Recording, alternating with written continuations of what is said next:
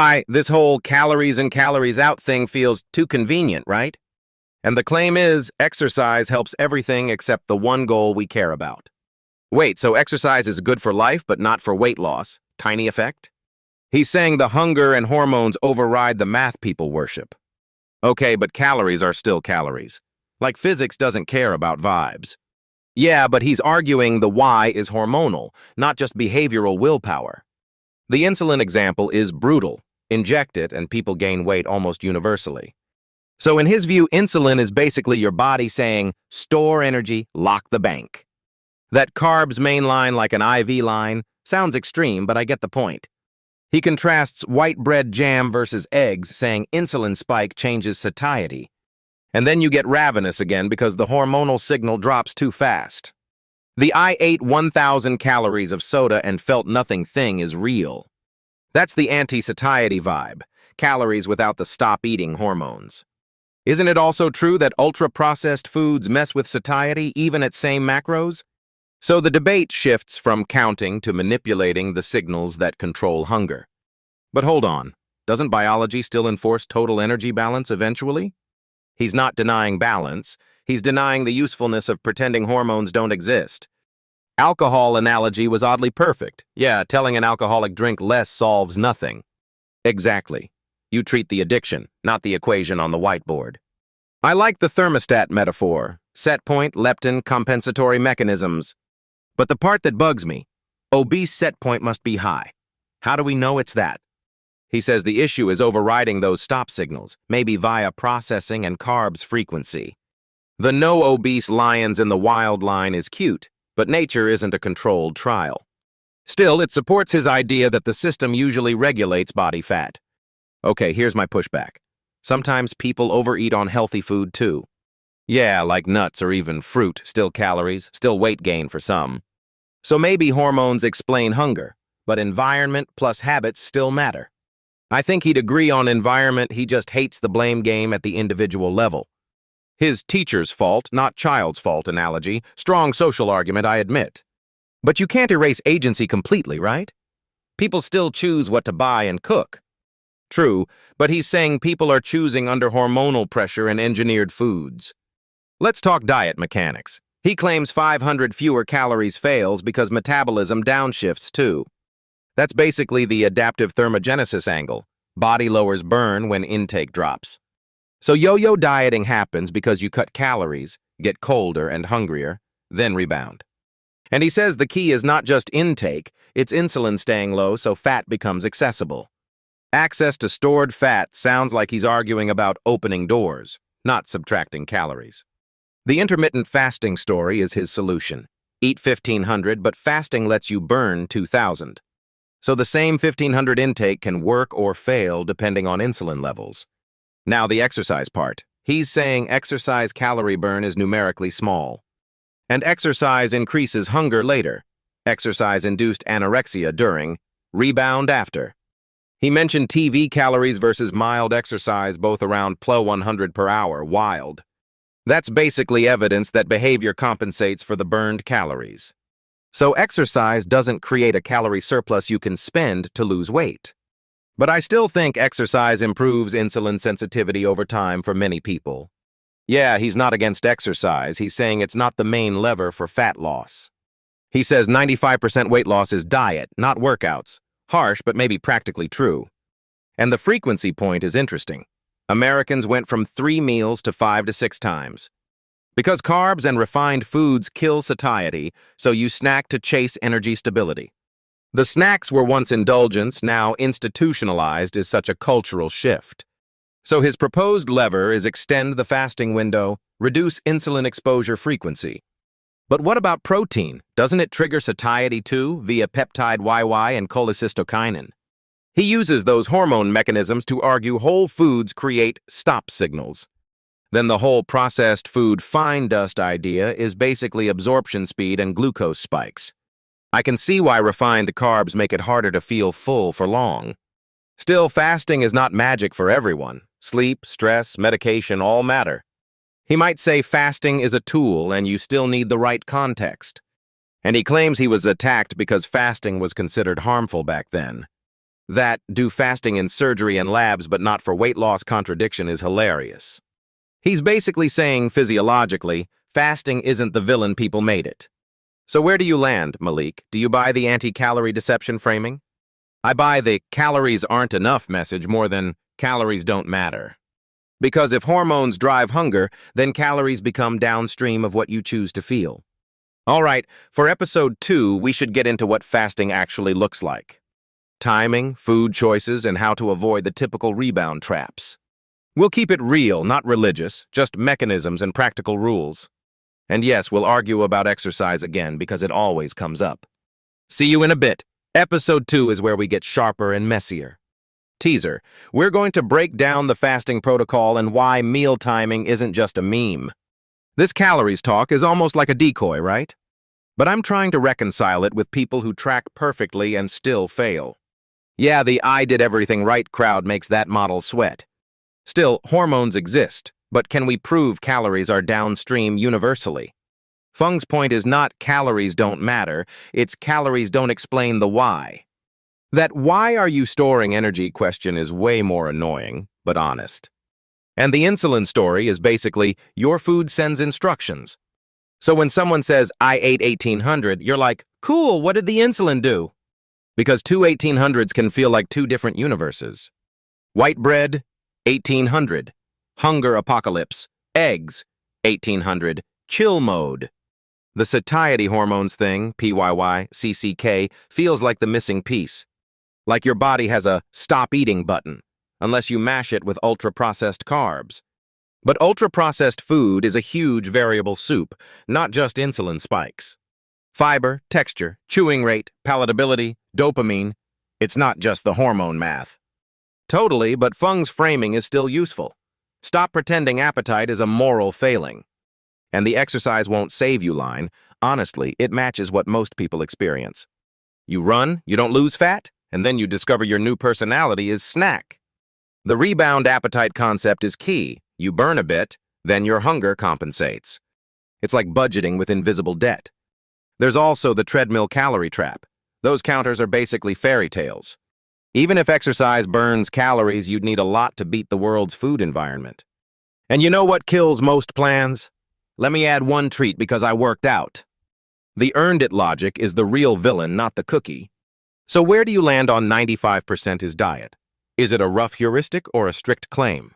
I treat it as directionally true. Weight loss is mostly limited by intake, not gym output. Like the gym is great for health, but fat loss is a separate game. The thermostat idea, set point weight, sounds controversial though. Set point is where people start rolling their eyes because it feels deterministic. Fung's twist is that set point can be overridden by the food and hormonal environment. That makes it less mystical and more mechanistic. Hormones are the controls. Leptin resistance is the obvious follow-up, right? Why isn't leptin doing its job? Because the body's reading the signals through a smoke machine. But leptin resistance literature is messy. Correlational evidence isn't always causal proof. True, yet the broader point stands. Satiety signals get impaired in common modern diets. Also, the evolutionary argument, no obese lions, always makes me laugh and then nod. But obesity went up worldwide recently. That's the not genetics slam dunk. Exactly. Genes don't shift in 40 years, but insulin-friendly food environments do. Society didn't wake up and choose new chromosomes. Okay, talk me through the basal metabolic rate lowers part. CICO folks hate that. Because if your body burns fewer calories when you restrict, then just eat less turns into a trap. The diet becomes a negotiation with your metabolism every day. But isn't adaptive thermogenesis real yet variable person to person? Like some people adapt more than others, so blanket statements get dangerous. Sure, but the yo-yo pattern is common. Restrict hard, bounce back, weight returns. And then the person concludes, my body hates me, which is convenient and unhelpful. Fung's fix is fasting. Lower insulin, open fat stores, still manage calories. The math example, 2,000 in energy needs. 1,500 intake plus fasting to let stored fuel cover the rest. It's basically stop locking the bank door with insulin. Still, I want to know how sustainable it is socially and behaviorally. Sustainability is the whole battle. Mechanism is great, compliance is king. And that's where eating all the time fits, right? Snacking becomes institutionalized. The 1977 3 times a day versus 2003 5 to 6 times is wild. Imagine the marketing. Frequent meals keep you healthy when it might keep insulin spiked. The food pyramid era really pushed low fat and lots of carbs, which is a satiety disaster for many people. If carbs are refined and frequent, satiety drops and hunger rides shotgun. Then people blame willpower again, even though the environment is literally designed to trigger appetite. But okay, some people eat junk and stay lean. Hormones can't be the whole story either. Agreed, there's genetic predisposition in the background, and behavior still matters. The twin studies angle says genetics is big, like around 70% risk, but environment changes outcomes.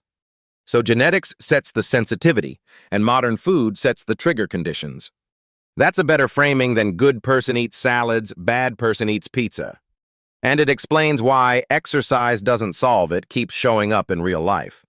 Because if appetite and storage hormones remain optimized for abundance, exercise is a rounding error. Rounding error with expensive snacks attached. So in episode 2, we'll get into the fasting protocol, but I'm already wondering, what about people who hate skipping breakfast? We'll challenge the morning must-eat myth hard, don't worry. Also, we're going to argue about what counts as a fast because everyone has opinions. But for now, the takeaway is sharp. Hormones decide access to fuel, not vibes and not treadmill effort. All right, that's where we leave it. Next episode, we make it practical and real. Malik out, go easy on the myths, and let the mechanisms guide you. Teaser. Episode 2 breaks down fasting timing, food choices, and how to avoid the rebound trap. The moment you said exercise effect on weight loss is tiny, I felt attacked. Like, bro, I jogged for sanity, not to fund someone else's calories. And yet every gym poster whispers, just outwork your fork. Fung's angle is calories matter, but hormones decide whether fat can even leave storage. Okay, but insulin being high-blocking fat release feels like a big claim. I'm not anti-science, but I want to see the logic chain, not slogans. The alcohol in minus alcohol out analogy was so blunt it was hard to ignore. You can't cure alcoholism by counting sips, you cure the driver. Same with obesity. Eat less isn't wrong, it's just missing why people are eating more.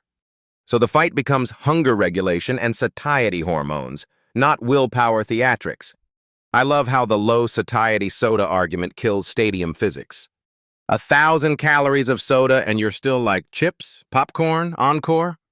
But is it satiety alone or also reward, habit loops, and dopamine stuff? Fung was talking hormones like peptide YY and CCK. Do those cover the whole story? I think those are the biological stop signs, and ultra-processed food keeps overriding them. Stop eating systems are still present. Humans just don't respect them. There are no obese lions. That's the simplest evolutionary mic drop ever. And the set point like a thermostat concept makes intuitive sense, even if people hate it. I've heard set point used too loosely like a buzzword for everything. True, but the leptin resistance idea is at least testable. Signals get ignored. So when leptin is high but hunger doesn't drop, the thermostat is malfunctioning. My problem is people hear hormones and then stop taking responsibility. They turn it into an excuse. My biology made me order Domino's. But Fung's argument isn't no agency. It's agency over the inputs that set the hormonal rules.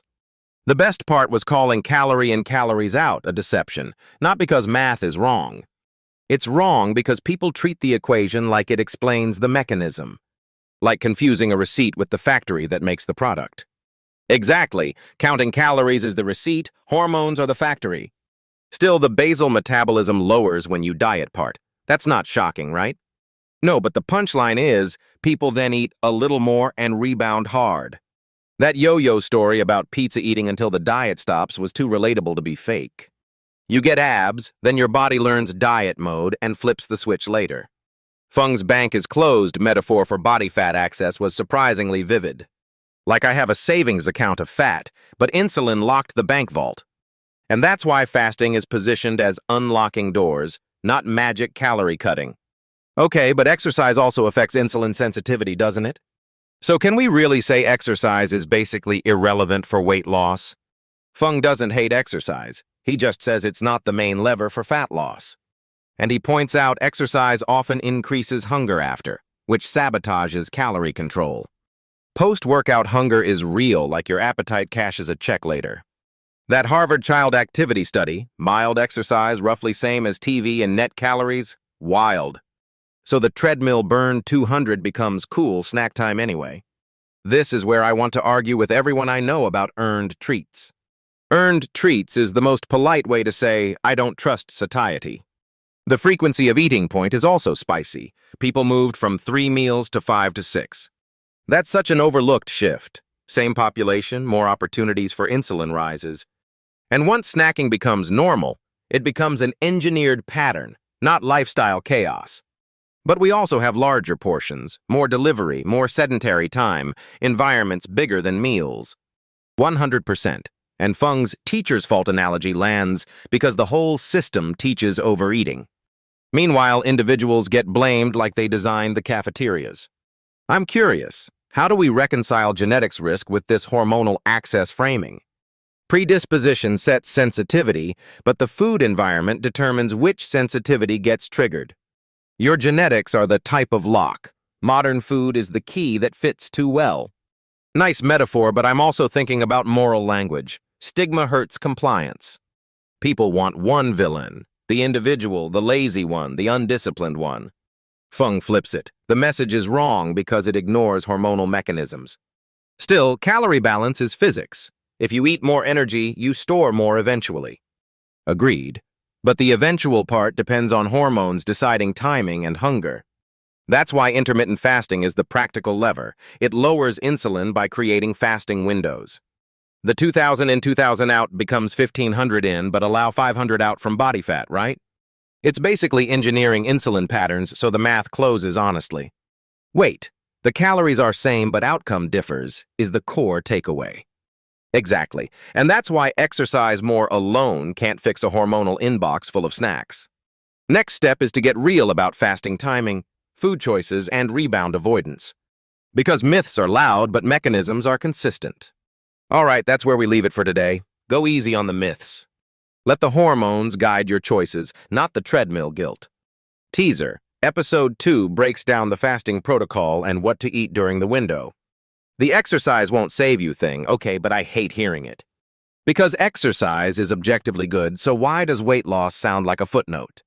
Because Fung's point is weight loss is a tiny effect compared to food-driven hormones. Also, treadmill calorie counters are basically vibes, not physics. You burn 120 calories, and then your brain cashes an appetite check. That rebound hunger after exercise, yeah, that's the part nobody sells in gyms. It's called exercise-induced anorexia during, then appetite rebounds after. But is it always true, or just most people most of the time? Like I've seen people who genuinely lose weight with training plus discipline. Sure, but the argument is discipline is fighting the food environment anyway. And that's where the calories in, calories out model gets too comfy. It's like saying alcoholism is alcohol in minus alcohol out. True, useless. So the deeper question becomes, why is insulin signaling storage all day? Exactly. Diet isn't just energy, it's instructions. I love that framing. Food contains calories and also do this commands. White bread with jam is basically sending insulin a love letter, whereas protein and fat keep satiety and avoid that big insulin spike. But do refined carbs always spike insulin like that in real life? You're eating with other meals, walking around, sleeping. Life is messy. True, but the pattern still shows. Ultra-processed carbs reduce satiety and increase hunger cycles. And then you end up snacking constantly because sugar crashes feel like emergency.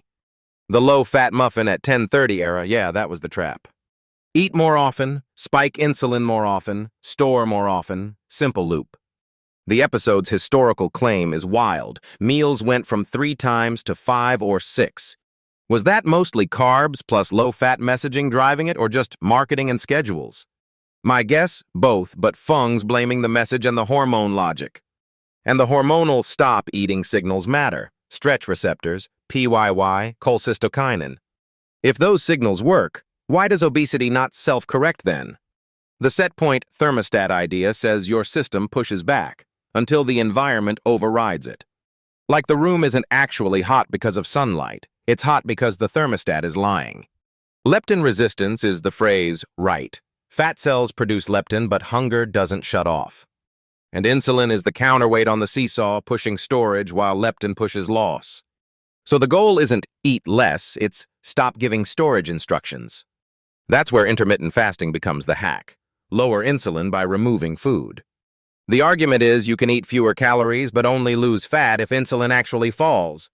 I want to believe it, but what about people who fast and binge later? That's the classic failure mode. Fasting without hunger control becomes an eating party. Fung's counter is timing plus food choice together. Fasting helps insulin drop and access fat.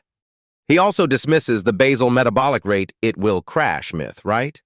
Dieting reduces burn, then returning increases weight. Yo-yo 101. And he uses this bank analogy. Insulin is closing the bank door on fat release. So calories may be available, but the hormonal gate decides what's withdrawable. That's a better metaphor than count calories like a spreadsheet god. Where do cortisol and other hormones fit, though? Cortisol matters, but insulin is treated like the primary volume knob for storage. I appreciate the mechanism, but I always worry about overgeneralizing biology. Same, but the tone here is focus on patterns that match decades of clinical observations. Like the friend getting a six-pack off Domino's pizzas, then rebounding after stopping. That story screams metabolic adaptation, not mystical pizza fitness. So when people say I eat clean and exercise, Fung asks, are you controlling insulin windows? And if you exercise, keep it for strength and health, not as your calorie strategy. Exactly. Exercise is great, but weight loss strategy is mostly food timing and hormonal balance. All right, I'm sold on one thing. The messaging to blame individuals is brutal. If 70 out of 100 kids fail, you don't fire the kids, you check the teacher. That's the environment argument. Ultra-processed food is basically engineered to keep you eating. And once you see food as instructions, the whole obesity conversation flips. So the big takeaway is, exercise supports you, but hunger control drives outcomes. Okay, next I need the practical version. What does a real fast look like for normal humans? That's episode 2 energy, because we're going from theory to protocol and food choices. All right, that's it for today. Keep your head clear and don't guilt your body. We'll see you in episode 2 to break down fasting timing and what to eat inside the window. Teaser for episode 2. We'll talk about how not to rebound, even when life hits. The calorie story sounds clean, but you and Fung are saying it's basically missing the plot. Like, calories are the math result, not the cause of why your body wants more calories. But then how do people who lose weight with counting ever happen? Maybe they're not counting, they're just accidentally lowering insulin and eating less often. Or they hit a deficit and their hormones cooperate for once. Still, the pushback is brutal. Eat fewer, move more. It's everywhere. And Fung's point is, exercise as weight loss is this tiny lever with side effects. Side effect being hunger rebounds and appetite ratchets up after you work out.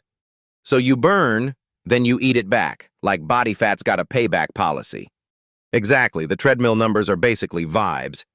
But does he say exercise is useless or just not the main tool? He's pretty clear. Exercise is great for you, just not for fixing obesity quickly. That distinction matters because people will either quit totally or overcompensate.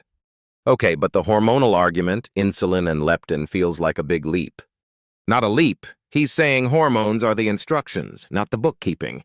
Calories are the receipts. Hormones are the accountant deciding which box gets checked. And ultra-processed carbs are like stealing the accountant's pen. Because refined carbs spike insulin fast, reducing access to stored fat and increasing hunger later. The bread and jam versus eggs example, does it really map to satiety that cleanly? Satiety is messy, but the general direction is plausible. Macros affect hormones. And the eat-all-day pattern is the other villain, snacking institutionalized. The world went from 3 meals to continuous grazing, and nobody called it a hormone experiment. What did the evidence show there? More frequent eating actually changed, like measurably. The claim is surveys. 1977 was mostly 3 times daily. 2003 was 5 or 6. That's not nutrition science, that's like a behavioral jailbreak. And the twist is, the low-fat guidance probably pushed people into more refined carbs and more meals. So everyone was doing what they were told and obesity still climbed. But if genetics is 70%, doesn't that sound like nothing matters? He uses it differently. Genetics sets risk, but doesn't explain why obesity rose in recent decades. So environment changed, food changed, and hormones react to those inputs differently depending on your baseline. Right, predisposition plus a new food environment equals more people drifting into the high set point zone. Set point always sounds sci-fi, but the thermostat analogy is hard to ignore.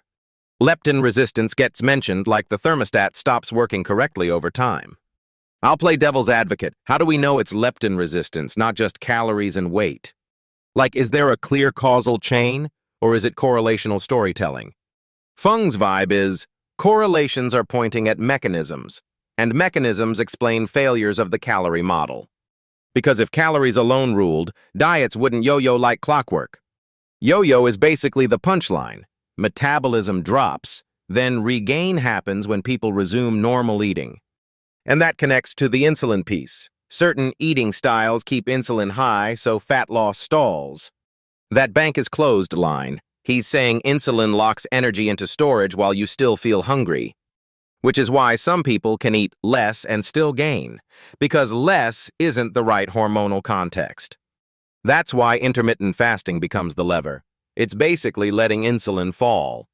Okay, but what about the countermyths? Fasting makes you weaker, tired, hungrier, and your metabolism tanks. He argues those myths come from thinking about starvation mode like it's inevitable math. And he notes clinicians fast people for surgery and labs all the time without disaster. So his claim is intermittent fasting isn't starvation, it's a metabolic switch based on timing. He frames it as, same calorie deficit can work, but fasting changes hormone signaling so the deficit can become fat loss. That's such a good way to make the whole thing less moral and more physiological. But we still have to admit, hormones don't mean you can eat garbage forever and magically win. Yeah, I don't want the audience to hear exercise won't save you, and then only focus on fasting timing. It's not either or. Exercise helps health, fasting helps fat loss access, and food quality controls insulin patterns. The real question is, how do normal people design it without turning it into another diet religion? Like, I can already imagine someone doing a brutal 20-hour fast and then binging on day 2. That's the yo-yo risk, and we keep seeing people start and stop instead of adjusting. So, the practical target is sustainable fasting windows and meal composition that actually creates satiety. And that's where episode 2 goes, turning this hormone story into a protocol you can live with. All right, we're leaving it there for today. Keep your head clear and don't guilt your body. We'll see you next time to break down fasting timing and what to eat inside the window. Teaser for episode 2, how not to rebound when life hits, because it will. Episode 2 is where we talk about what a real fast looks like, without perfectionism.